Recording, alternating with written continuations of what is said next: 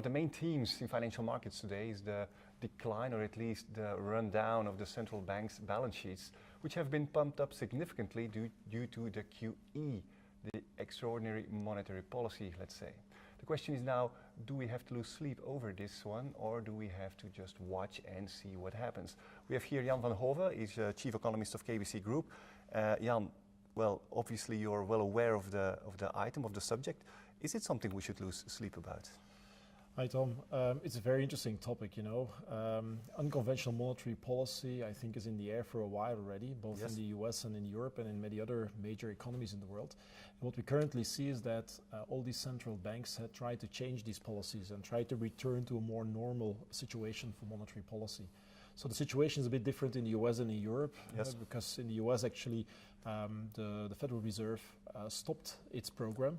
So basically the balance sheet is constant right now, while in the ECB the balance sheet is still growing. So the ECB keeps on buying, in particular public bonds, government bonds, just to make sure there is sufficient liquidity in the European economy. One of the items of the central debate is a return to the old normal possible? Or do we basically know now that there is such a thing as QE? And basically, we know it now, we can use it in a way that we can steer the economic cycle. Well, why should we revert? Should we not continue this one? Is there an opinion on KBC? Do we fear that, or do we embrace that? Well, the central banks weren't very happy themselves when they were launching their QE programs, because quantitative easing is actually very exceptional for monetary policy. Yes. You try to avoid it, but it's a kind of, let's say, exceptional measure that you can rely on, simply because you notice that your interest rate policies don't work anymore. So after the financial crisis, 2008, 2009, all central banks tried to basically stimulate the economy by lowering interest rates. Some interest rates even became negative, like in the Eurozone. But then at some point, central banks had to notice that apparently this policy was not enough. Was not enough. So the impact, the growth impact was not large enough. So therefore they turned to these unconventional instruments, quantitative easing, the purchasing of bonds in particular in financial markets to provide liquidity. What we see today is that Mario Draghi is very proud, and he says, well, using that unconventional policy, we succeeded in boosting growth, which we are currently seeing. So he claims that his unconventional policies have actually, well, the main cause of the growth. Do we share that vision, or do we think that there are other, well, aspects in play? Well, there's substantial debate about the impact of QE. So of course it's very hard to compare the current situation, where we notice that there is indeed an improvement in the economic circumstances, globally speaking, and in particular in the Eurozone. If you compare that, let's say, to a situation without QE, which we don't know, of course, it's very hard to compare these two potential situations. So therefore, the ultimate evaluation of QE, that's probably something that has to be done in the future. But for now, we can say that at least we see a combination of QE and economic improvements. So there might be a relation between both of them. What is clear, of course, is that in some way we are addicted to this liquidity. We're addicted to the stimulus by the central banks. Of course. And that opens, of course, a debate like what will happen if the ECB stops putting money into the economy. Jan, you've opened the window to the future, saying that at one certain point central banks will have to come back on their QE policy, will go to the new normal. That will not go without any effects, of course. How do you see the impact on financial markets, saying currency markets, US dollar, rate markets, stuff like that? Well, there will definitely be an impact, and it all depends, of course, on the timing of changes in monetary policy in the US versus the Eurozone. If you look at, for example, the impact on the euro-dollar exchange rate, that will depend on the different monetary policy stances that are taken on both sides of the Atlantic.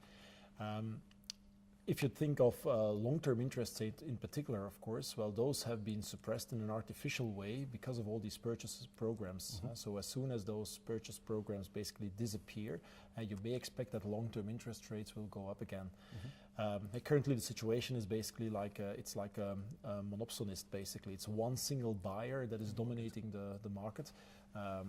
Well, it's not a single buyer, of course, in practice, but it's so dominant that it's huge. It's huge. So therefore, you have an enormous impact on the market. Yep. So therefore, once this buyer basically disappears, you return to a more normal situation, which will imply that you have higher long-term interest rates again.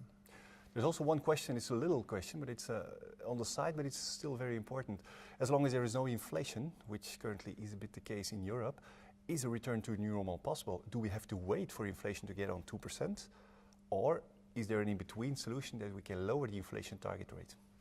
Well, again, if you compare the US to the Eurozone, you see that inflation in the US peaked already, and it's already above the target, the official target of the Federal Reserve.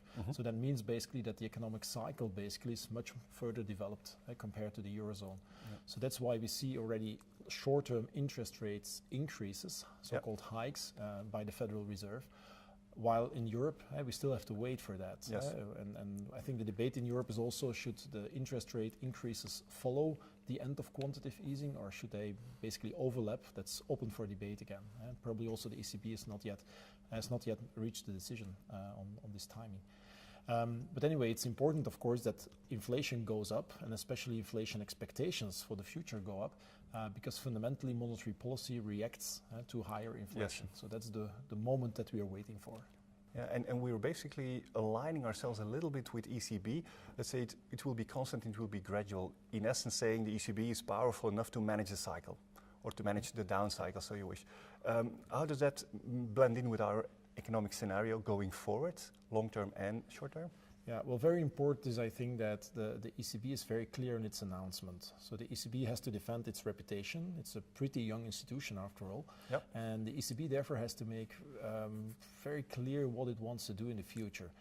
So communication is really key. And if you look at the current communication, the ECB announced that it's not going to change the amount of money, the amount of bonds it's purchasing every month, simply because it doesn't want to change its policy in 2017, a year full of political elections everywhere in the European Union. So to avoid, let's say, any political debate about the role of the ECB, it's better not to communicate too much this year. But of course, it's very important that there is communication about the next step in the process. And therefore, we are now all expecting that the ECB will announce very soon what will be that next step. And in our scenario within KBC, we expect that the ECB will announce tapering, so a reduction in its program very soon. But of course, it will still take a while before this program will be implemented. This tapering will be finished. So therefore, the real return to a normal monetary situation will take a while. Right.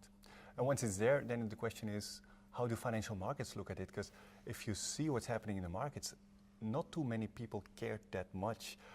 Rates remain low, in essence saying, okay, well, it will happen, but right now we don't care. Which is the timing that we think that the return to normal will happen? And what is our rate scenario and our basically central bank scenario going forward? It's definitely clear that financial markets have a different opinion than the communication by the central banks. There's sometimes anticipation that some announcement might be made.